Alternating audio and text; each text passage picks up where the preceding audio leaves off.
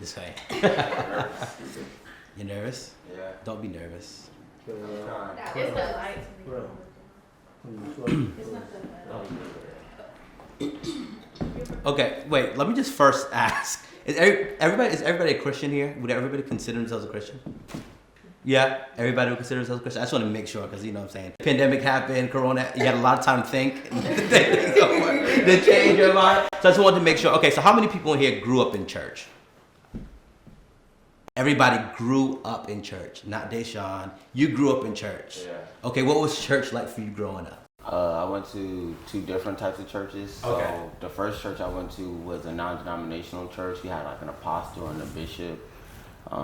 It was more of a like laying hands on type church, you know, type thing like that, shouting, screaming, running, all types of stuff. That sounds Pentecostal to me. That sounds like a denomination. Okay. They do, but yeah. And then the other church I went to, which is like my home church, they were a AME Zion church, out in kind of like the country. Yeah. It was a lot more laid back, a lot of chill. I used to go to like Sunday school every Sunday morning. My cousin was my teacher, you know. It was pretty chill, pretty laid back. We sung a lot of hymnals. Yeah, for sure. Somebody else, what was church like for you growing up? I guess I could go. I grew up Catholic. Yeah. So yeah, I mean, I guess I'm still Catholic. I just don't go to Catholic church. If that makes sense. Okay. Yeah. So yeah, I went to Catholic church. That was pretty boring. I don't really remember anything about that. Then I went to a non-denominational like Christian boarding school. That was interesting. And then when I moved here, I went to Catholic high school, and that was interesting again. Yeah, it was very interesting. Explain interesting to me. I think everybody here is like, what do you mean by interesting? It was just like, it was different from like my Catholic experience as a child, because I was just like, I just go to church because like mom and dad are going. And then when I went to Catholic school, it was like, oh, okay, like I understand a little bit about what we're doing. Like I just kind of knew the routine. Like I knew mass is gonna be an hour in and out, like gotta go. Right. So yeah, that was like, this is great. Like I like this. I was so Christian. I was like, I kind of just want to find a church where I like going to church. So I kind of church hopped and like everything, like freshman, sophomore year, then started going to Roller Recovery. I was like, okay, Right. I like this church, and then I started like growing my faith there. But, Wow. yeah, that's just like. That's when it happened for real. Yeah. Like in your adult Yeah. life. Matt, what was church like for you? Church. Well, I guess the background. First of all, like my parents were like my pastors. Wow. And so I came up in like the Kojic tradition, which is Pentecostal, charismatic, charismatic. And so from, out of Charlotte, North Carolina, and honestly, it was traditional. I think in comparison to like more of the, I guess, contemporary churches, if you will. But like it wasn't like, I don't know, it wasn't like, I thought I didn't experience like quite like a lot of the horror stories like some people think of. Like it wasn't just like pews. Not saying it's a horror story, but like pews, like stained glass. Yeah, that was a horror story. Yeah, for sure. Yeah. But I mean, it was like a little mix for real, you know. But I mean, it was smooth. I think like church, like it was a great foundation for me. I think how I, just kind of going more like my faith. Like as I grew older, like I saw God differently. You know what I mean? I feel I saw God as like very like demanding. Or like very like damning, if you will. You know, I saw him as like, he ready to strike you if you cuss 2 times last week. You know what I'm saying? And it was more of like a relationship as I got older or whatever. So I mean, I don't know how much that falls on church. But that's kind of my background. And being a pastor's kid, I'm just getting this a little bit. Being a pastor's kid, it was interesting to say the least. Like I feel like honestly like. I mean, some people can relate, like, if anybody in your family you knew, like, was like a head or boss at some capacity in corporate world or whatever, like, people just kiss up to them a lot. And I feel like it was just a bunch of people, like, they used to go out their ways, like, hey, Pastor Steven's son, and all this other stuff. It was like, bruh, like, so. They couldn't say Matt. They didn't. Nah, you look like Pastor Stevens, like, Pastor Stevens' son, like, little pastor or whatever, like, you know what I'm saying? So, yeah. Yeah, Pastor Steve, so yeah. I like my background. Wow. And so tell me a little bit about the transition. You talked about like, you know, as you got older, it became, you know, relationship with God became more about your relationship versus God is gonna punish me for, you know, sinning, you know, for messing up, for cussing. Yeah. So tell me about that transition. When did that happen? How did that happen? Yeah. Honestly, like it was, I think it was like late, like high school to like college, like that transition. I feel like just in my own faith journey, for whatever reason, I feel like I kind of just went out to like peep other sermons. Not that like I was just what my dad was saying was like, this is bogus. It wasn't even that. It was just like, I just want to listen to other sermons, like, you know. And so it was a guy, Tim Keller, who was like very impactful. And he's I believe he's Presbyterian or something like that. And he's very like thorough. Like ain't no shouting, ain't no music. You feel what I'm saying? Ain't no stomping, but he just like exegeting the word like I've never heard before. And so that helped me to see like God in a way of like, okay, like it's not just like he just ready to, you know what I'm saying, strike you. It was like I learned the nature. Like I learned like You must have been really afraid of lightning. You was like something like, you feel me? Like just like was under and out. That was under the bed. Yeah, no cap. Cause like that guilt real, like literally I remember like my brother, right? Like, you feel me? Like in my household, we ain't listen virtually no secular music. Like the only secular song I can remember is daggone like Golden by Jill Scott. Like I remember being played in my house. Like literally like, you know what I'm saying?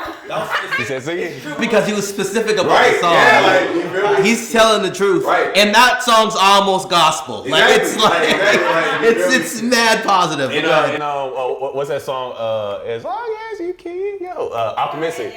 The song, Sounds of Blackness, like that's a gospel song too. Like That's pretty so much gospel. yeah. So it's like that's just to give you an image. Like that's you feel me? You know what I'm saying? So any secular song's like, bro, like no, I can't. God's gonna be mad at me. Like literally, like that was crazy, and that was my background. But yeah. The reason why I was asking about a lot of you guys' background is because I find it very interesting because when, you know, obviously our college ministry is predominantly black, right? We go to a predominantly black church and our college ministry is predominantly black. And we have some of the hardest time getting, you know, students to commit to like going to church. Now they'll say, you know what I'm saying, I'll come every now and then, you feel me, you know what I'm saying? And they'll won't show up. Or like every now and then. You feel me? Like I'm not saying Jazz's name, Jazz. I'm not Jazz, right? Jazz, right? But it's really difficult. And I'm trying to figure out, you guys grew up in church. You guys had this experience in church. Why is it so hard? Jazz, I'll speak to you. You know, hypothetically, you're not the guy, right? You're not the guy who does this, right? You know? But if you were, why? Why is it so hard for dudes or women who have grown up in church to go back? I'm gonna give you 2 reasons why it's hard for me specifically. Okay. A lot of the times, I'm like, if I go to church, like especially here in Durham, sometimes I'm trying to find that at-home feeling that I used to get from like my churches back home. You get what I'm saying? Which is not going to happen because, you know, we're not here singing hymnals and whatnot. You know? We're not wading in the water. You feel me? And that's what you want.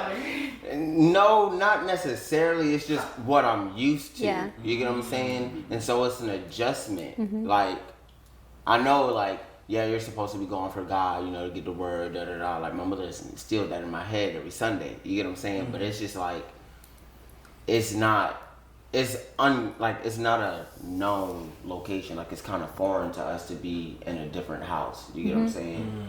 Even though the goal is still the same, it's just a different feel when you're not around, like, people that you grew up going to church with or people that you're used to seeing every Sunday or whatever the case is. You know? It's kind of like you got to start all over. Like, back home at my churches, like, we know all of the members by name. Every single last person in the church. From the head to the bottom. From the pastor to the ushers. You get what I'm saying? I can't say the same thing. But I still want you to offend any ushers. Y'all not at the bottom for any ushers. I used to be an usher. I was a gatekeeper. Come on, gatekeeper.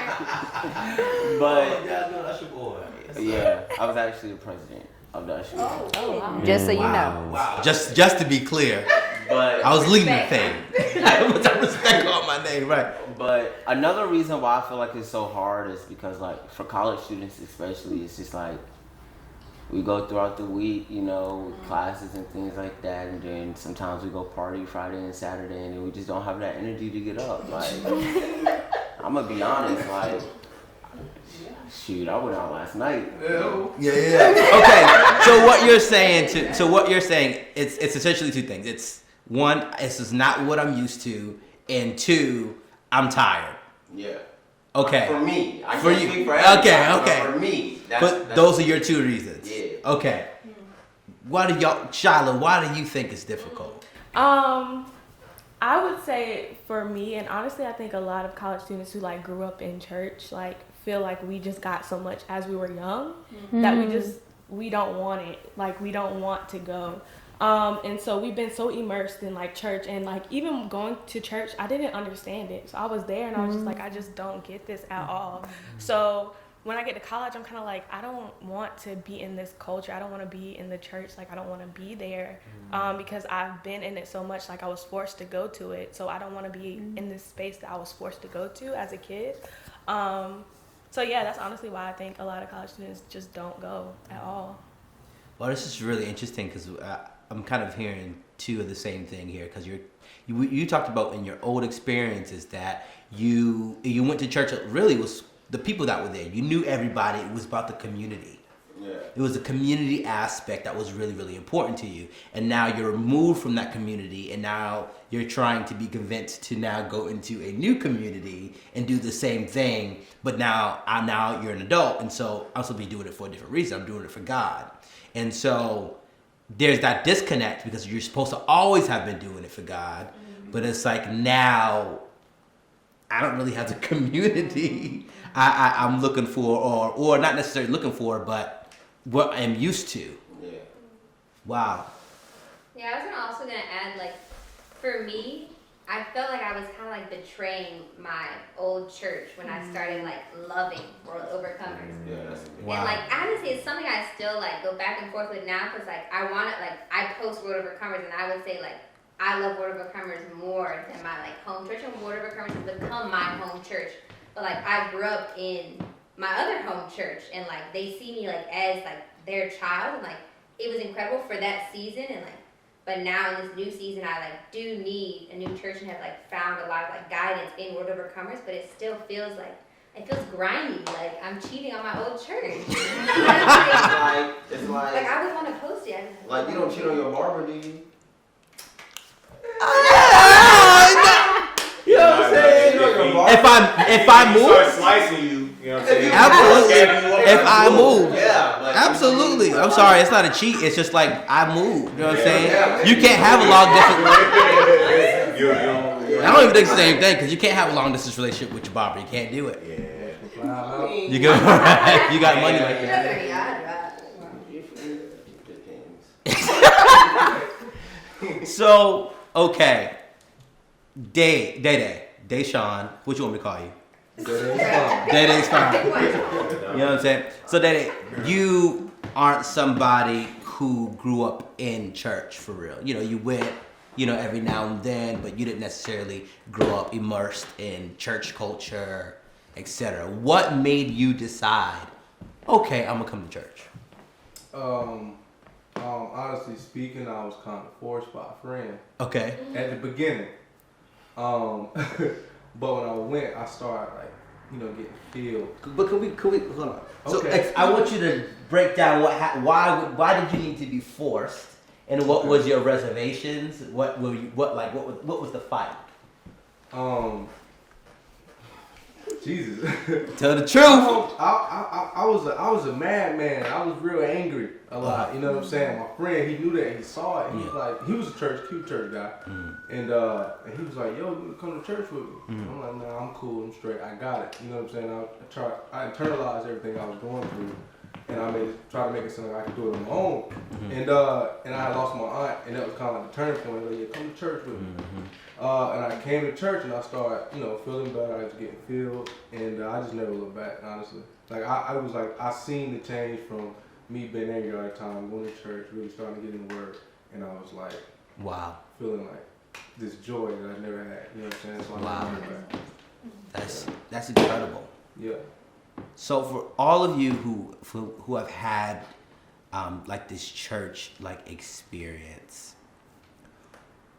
we're growing up and we're now learning how to have this like relationship with the Lord. And the one thing that the Lord wants for us is to have healthy relationships with each other. To have a healthy relationship with Him and healthy relationship with each other. How do you feel like the church has prepared you for relationships? Not at all. Ooh, okay. Okay. Wow. Not at all. So break that down. Yeah, like I said, I think also just me going to like this Nigerian church, I think that just ruined it for me entirely. Wow. Because it was like if we were like at that church, like me and Dede can't just chit chat and it's just like, oh, like that's my friend. It's like, oh, they must be doing something, right? So it's like okay, so like I'm just like finding like I'm just avoiding interactions with like men. So I'm just like I don't want my name in the streets. I don't need my name. Not in the streets. Not in the streets. But like that, it doesn't really like. They don't talk about like, men and women just like being friends and just like even having relationships, period. It's just like a lot of like, it's like black and white, like, okay, if a man and woman are involved, they're having sex, that's bad, Like, there's no in between, it's just this, and the third. So. Ooh, we're gonna get into that's they're having sex and that's bad. Like we're gonna get into that. But how about you guys? You guys can answer the question. Anybody? How do you feel like the church has prepared you for relationships with each other?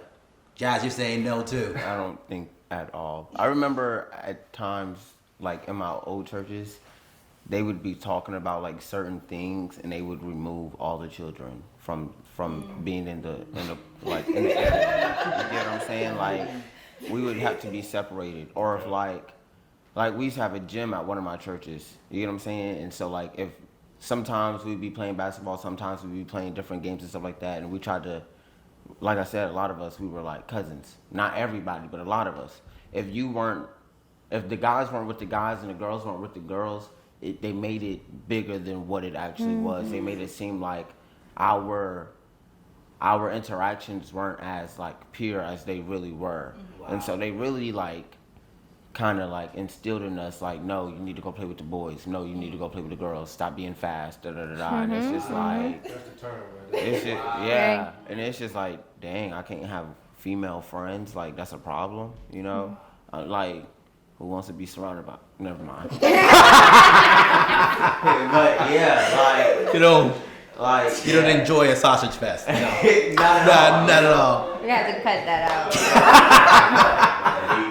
But it's just like they I don't feel like they prepared us for that at all. Like they would have like relationship conferences and different things like that, but like it was only open to the adults. Like even as a teenager, you still weren't expected to attend, and it's just like, what teenager on this planet do you not think is dating?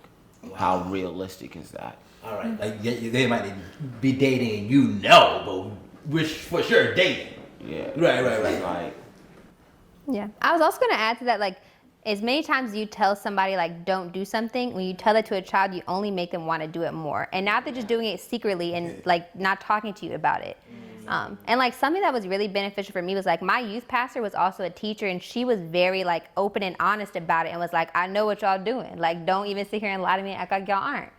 And then was like really honest about like then going about how to go about those interactions and preparing us like for what friendships look like and for like what sex may look like and all the reasons not to have sex, and like she stopped telling us what not to do and started telling us the reasons as to like how important what to do instead, and like what to value in one another and how to treat your friendships and how to develop those things. And like that was a lot better because then I understood like the importance of just being friends first and like the importance behind sex, and I wasn't just told like, don't talk to boys ever, don't look at them, don't do this, because like that's not beneficial because they're going to that anyway. And so now you've given them no tools, and like they're gonna go do it anyway. Now they're not equipped for it. And so like, yeah, we have to be more like open and honest. Can I like jump off of that real quick?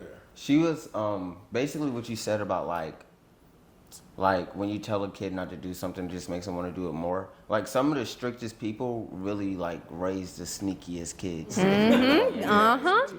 And like when I think back, like to all the kids that I went to church with, like all of my cousins and stuff like that, I'm gonna just give you some scenarios. Some of them have babies with an S, so more than one, and they're younger than me. Period. Yeah. Some of them gangbang, some of them smoke, some of us drink. I'm gonna say some of us because There I'm you one go. of It's them. okay. Be honest. Be honest. We appreciate it. Like the list goes on. Like all of the things that they try to tell us not to do, we all do now, or if it's all already been done, and it's just like, y'all didn't prepare us for this. You just told us don't do it. Right. Yeah. It's like don't do it. Why not? Yeah, and I was gonna add on to what Jazz and Katlyn said, and I think for me personally, like just taking consideration like my whole life journey, like, and I say for a lot of people, like the whole Michael Ty relationship goes like it was like boom, like clarity, like from that. But prior to that, in my years, like I feel like I can relate a lot with Katlyn in that. You know, it was like it was strict, but at some point there was a pivot, and like even in like teen church and everything, you know what I'm saying? Even at one point, I mean, I don't necessarily condone this, but like whoever was leading that day, teaching like the class, like, all right, who in here, like talking to the kids, like who in here is a virgin? And like just like put it out there, and it was like two kids' hands went up, whatever, and it wasn't like you're wrong or you're crazy, but it was just like then we had a discussion. Yeah. But at the same time, like that discussion didn't really like. It wasn't really like sound, like it really leading nowhere. We just kind of got awareness, like what it was, what it ain't. You know what I'm saying? That don't sound like it was helpful. Right? So like we ain't had that much tools. You feel me? But it also wasn't like crazy judgmental. Even though like I was in like quote unquote Pentecostal charismatic. You know what I'm saying? But yeah. So that's kind of my deal. But yeah. Yeah. Go ahead. No, I think that's what you're saying is huge, and what you guys are all saying is really huge.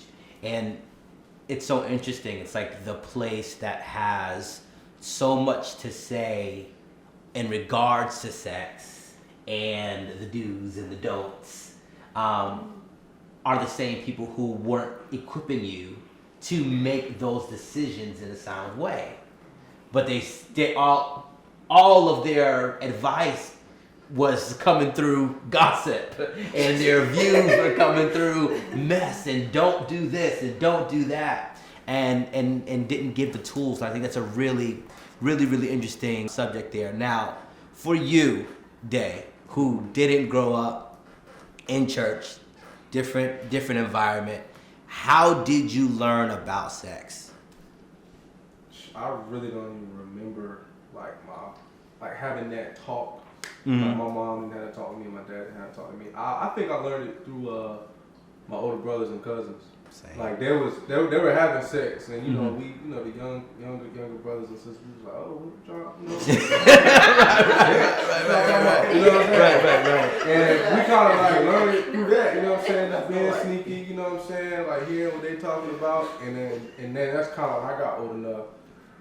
That's when I, you know, from what I heard and saw them do, I did. You know what I mean? And yeah. Wow. Does anybody relate with how he learned? Does anybody in here relate, like, kind of you've learned from maybe other people you've looked up to, like that, as far as sex? To an extent, yeah. Kind of like my parents, like my mom, we never really had like that conversation. My stepdad, like. We would like talk about it, but it wasn't like a serious talk or nothing like that. It was like always joking, like never like, yeah, this is what sex is. It was just like, yeah, sex. You know, like that's it, pretty much. Like never, this is what sex is. This is what sex leads to, or this is how it, you know, it was just sex. And don't do it. That's what you. But just sex, yeah. Just And it was just like, for me, in my background, like at one point, I think like early middle school, like going elementary, middle, like it was just this like freaking taboo thing, and like it was just like a nightmare like to me, like 'cause I went to middle school and like I heard, and I believe you know what I'm saying, like it was like a wooded area like by the school and everything, like kids would go back there, you know what I'm saying, like get it on, whatever, like under the steps, you know what I'm saying, in the locker room, and like I came from like, you know, pretty sheltered or whatever to like I'm in this daggone. He said they threw me out. They threw him on the deep end. You know me. Yeah, bro. So that was This little boy traumatized. No, because but at the same time though, like, you know, I like, you feel me, but I just knew like not to. Running back. It wasn't like I was like anti-women. I was like cooties and that, like, you feel me? Yeah, you feel me? No, we get it. No, but it's really interesting because I look at little kids in middle school now and elementary, and I'm like, they're so little. But when I look back at when we're in elementary, we were grown, bro. We thought we were so grown. But I really relate to you as well. I started going to church when I was like 7, 8, but like a lot of my experience was my older siblings, friends, and I was just like, oh, okay, I was trying to have sex really young. Facts. And then I ended up actually losing my virginity really young because of just the pressure of it all. And and then it didn't feel like pressure. I think in retrospect it was pressure, but like then it just felt like this is what you do. Yeah, that's what I was about to say. Like it made like they always seemed to be like, oh, it's cool. So I'm like, oh, I want to do it then. Yeah. And like you, I lost my virginity like middle school. Yeah. 7th grade. No. Yeah. School. Right. He said after school. Not after school. In the woods, wait. In the wooded area. I want to know woods though. The ladies have been silent on this subject. How did you learn? 7th grade. No, but I actually did. I don't remember having a conversation like with my mom about sex for real. But I actually did learn about it for real in middle school. And I remember like they were very open about talking about sex and like video, like pornography, like in school. So like in class, like they would just talk about it. And I remember overhearing a conversation. I was like, oh, what is that? Like, you know. So, but I didn't actually, like, I knew about it. I knew about those things, but I didn't lose my virginity until I got, like, older. And I think it had a lot to do with just, like, me not wanting to, like, I didn't want to I didn't want my parents to find out in some type of way. So it was, like, a fear, like, okay, I'm not having sex until, like, I'm 18 and they don't feel any type of way because they can't say anything because I'm an adult. But, yeah. Wow. I was like, my mom told, I remember having this sex talk at 9, like right before I went to boarding school. And I was like, why are we talking about this? I'm in 4th grade. But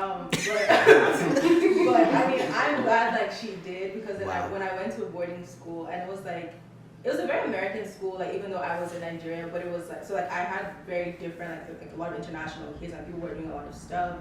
Like not openly talking about it, but you know, in the bathroom, like during after PE, like, we would talk about it, and I was just like, oh, okay, like this is what people are doing, okay. But I never really like felt like the pressure, and it was like when I would hear stuff, I would just talk to my mom about it, and she was just like very like open about that. So I was just like, okay, like I didn't really feel like from my mom, like I didn't really feel like a lot of like shame, but I just had like someone to talk to. So like when we would talk about it and stuff, like I mean, also the way she talked about it varied over the years. Even till now, we still talk about it. And like I got to college, like, we had the conversation again. And I was like, I just don't want to just be out here having sex because like I've seen like from my friends like what that did to them. Like one of my friends like just lost her virginity just because, and like I saw like what that did to her. She was just crying, and I was like, that's not gonna be me. I don't just want to just do it just because. So like I just decided to like wait and stuff. And I'm glad like I had that relationship with like my mom because like I think it just kind of like helped me because I was low-key a very curious kid. So like if my mom didn't like talk to me, I think I would just have done it just because. Wow. Yeah. I think okay, so I got on top when I think I was 12, and that was the first time that I got my period. So it wasn't even a talk. It was literally 1 minute. It was- No, literally, like my mom was like, yeah. So as you can see, that's